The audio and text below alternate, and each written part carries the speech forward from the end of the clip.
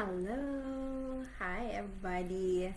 I think I did a go live, but for some reason it didn't went through, I think. I'm not really sure. But let me just do this once more, okay? Just to be sure. So again, hi everyone. Happy Tuesday sa inyong lahat. And today, we'll do a quick real talk. As you can see, nakapambahay pa ako, walang ayos, walang makeup, at kakauwi lang na pagod. But I still wanted to show up today. Because honestly, this is exactly what Day 2 is about. By the way, for those who are new here, I am Mary Ann, originally from Manila, Philippines, and now based in Ontario, Canada.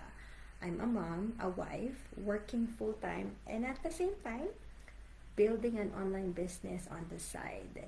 And for those of you who are new here, you can go back to my go live yesterday. I started with day 0. Yes, yun yung moment na napagod na ako sa same routine. Yan. But today, let's talk about what happened next, right? Yun yung decision. And here is my truth. Hindi ako ready nun. Yes, pag wala akong extra time. Pagod nga, 'di ba? Pagod nga lagi, 'di ba? May family responsibilities. And to be honest, ang dami ko ring doubts. Paano kung hindi ko kaya? 'Di ba? Paano kung sayang lang yung effort?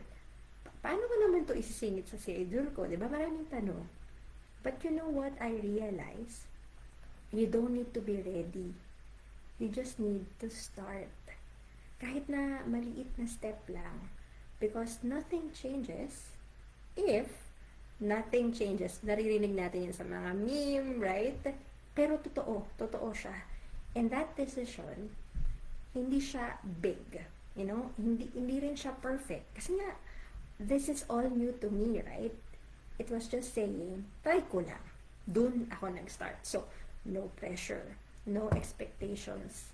Just one small step. And ngayon, looking back, I am so glad I didn't wait to feel ready. Because if I did, baka until now, nasa same spot pa rin ako. So today, if you're watching this and you feel like hindi ka pa ready, you're not supposed to have it all figured out. And you know that. I know you know that. Start messy, like me, right? Start tired. Start kahit na pambahay lang, ganyan. Because progress doesn't come from perfection. It comes from showing up. And if you are really curious kung paano magsimula, nitong mga palagi nating naririnig ng mga online business here and there, right? We actually have a free webinar today. And that's actually almost every Tuesday and Thursday. So that's today. And I have posted it you can register through my website. That's www.maryantibayan.com.